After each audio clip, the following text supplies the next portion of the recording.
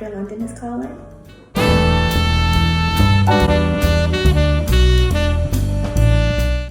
Hello, welcome back to another episode of Student Dr. London calling. This month is Mental Health Awareness Month. So instead of sitting in my office and doing my intro, I decided to do it out here where I'm currently right now taking care of my mental health. Did you know that 30% of medical students are either suffering from anxiety or depression? Did you know that 10% have suicidal thoughts? That's a big number, a huge number, a number that we should try to lower by protecting ourselves, which is hard. It's very hard, especially in medical school. So I called up my friend, student Dr. Nahimie, who is going to talk about her mental health, things that she does to protect it, and how you can protect yours too, because you matter. You are supposed to be here, and I hope you enjoy. Hey London, my name is Nahimie Louissant and I'm from Pecan, South Georgia. I'm a first-year medical student and I'm here to talk to you guys today about mental health. If you're liking, subscribing, or just simply watching the video, let me tell you, you are destined for greatness because I know London has great tips to give. But yeah, so like I was saying, we're here to talk about mental health, but I would like to focus on the aspect of self-care. I feel like that's a topic that is very often overlooked. A lot of people neglect that. Self-care is extremely big, especially in the medical field, because how can you take care of other people if you can't really take care of yourself? And I feel like a lot of people think that, you know, if you put your all into your job or your work, like, you're destined for greatness. But that might be some people's mindset, but that's not mine. Because if I'm not 100%, I can't give 100%. And I like to tell people around me the same thing as well. Make sure you do a little something every day to make sure that you're sane and you're happy, because if you're not smiling, how can you truly show that you're successful? My opinion, of course. So first and foremost, if you're in the medical field, congratulations. But I want you to make sure that you focus on the fact that you are your first patient. You are in the future going to be taking care of people every day, and probably your family members are going to be hitting you up as well for medical advice. It's going to be your life, which is what we wanted, or this is what we want, and it's a blessing. It's a calling. We're here for it, but it's also something that you have to work on for yourself as well. You can't overlook your own mental health or health in general. So we're here to discuss how to incorporate that into your lifestyle. So for me, I thoroughly enjoy my self-care routine. I will use self-care as an excuse for absolutely anything in life. I will take naps. I will go home and watch an episode of a show just to take a quick little break. I will cook for myself. We all have busy schedules. We know that medical school is hard, and it's, a 5 a.m. to 11 p.m. type of routine for some people, not all. But it feels nice to be able to take a break and breathe for a second. So I like to incorporate small things throughout my day, even if it is random. And honestly, the random ones are the ones that make me feel like the happiest, So yeah, we're gonna talk about that. So here's how to begin. Number one is find your love language.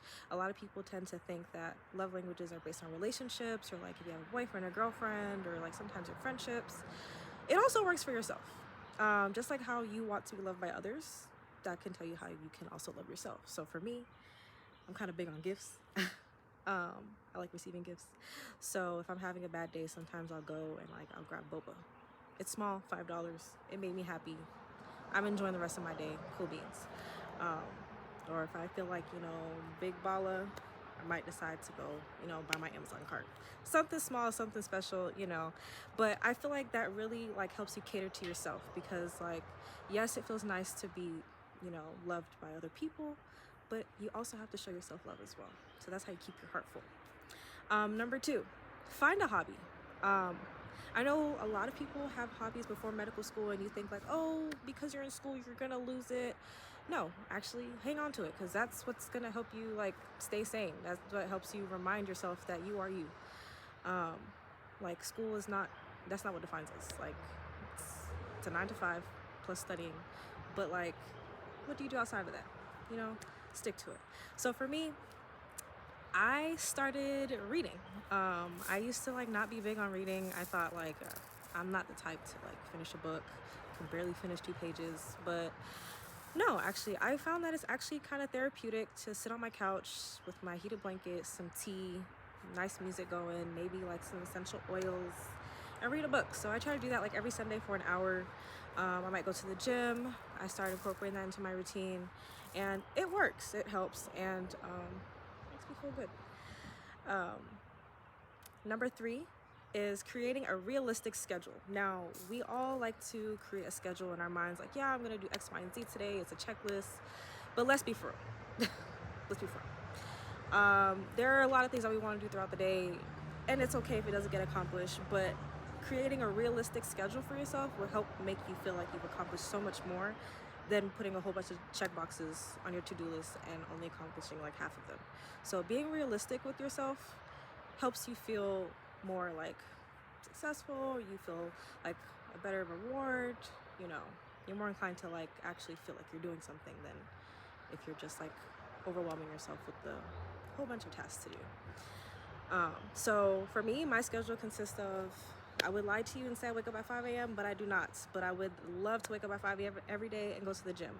Now, if I have time for it, I'll wake up at 6 a.m. and go to the gym for like 45 minutes. And I'll meet up with a couple of girls and we'll do like a nice little workout on our own or maybe even together, and then we'll go to lecture.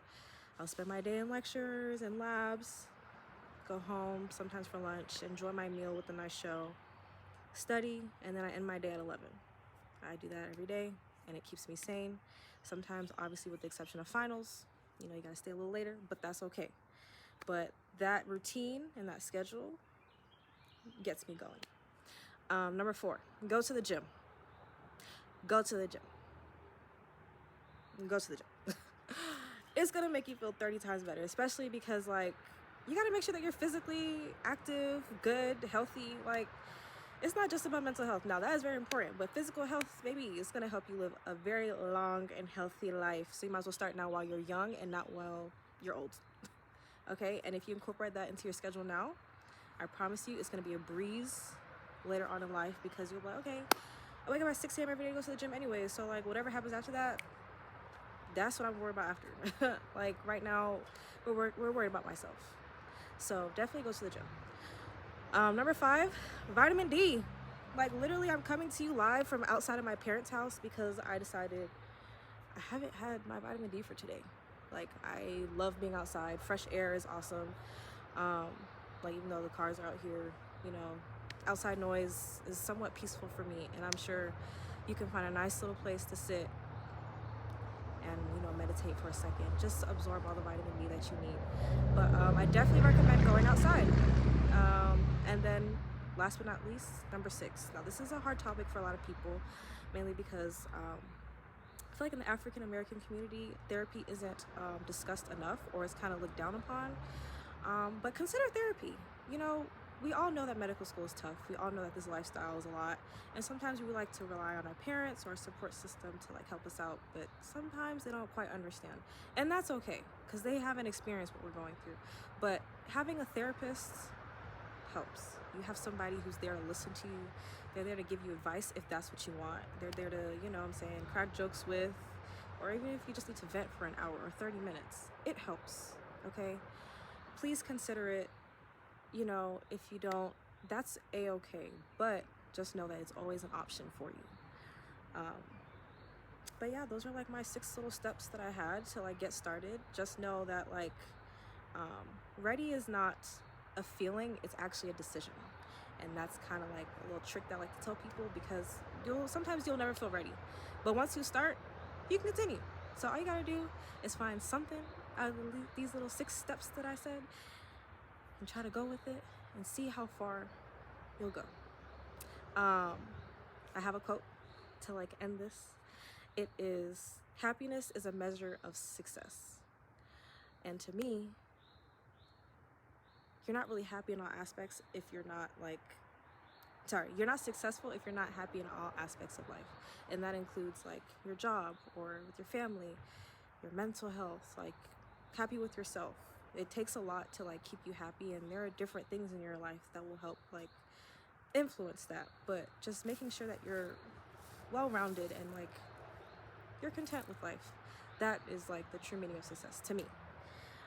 But we all define success differently, but I truly believe that if you start incorporating little things throughout your day to like, you know, make sure that you're a-okay, you'll be like more successful. But yeah, good luck on your journey, everyone. Thank you so much, London, for having me. If you have any questions, reach out to London. Thanks, you guys. Have a good one.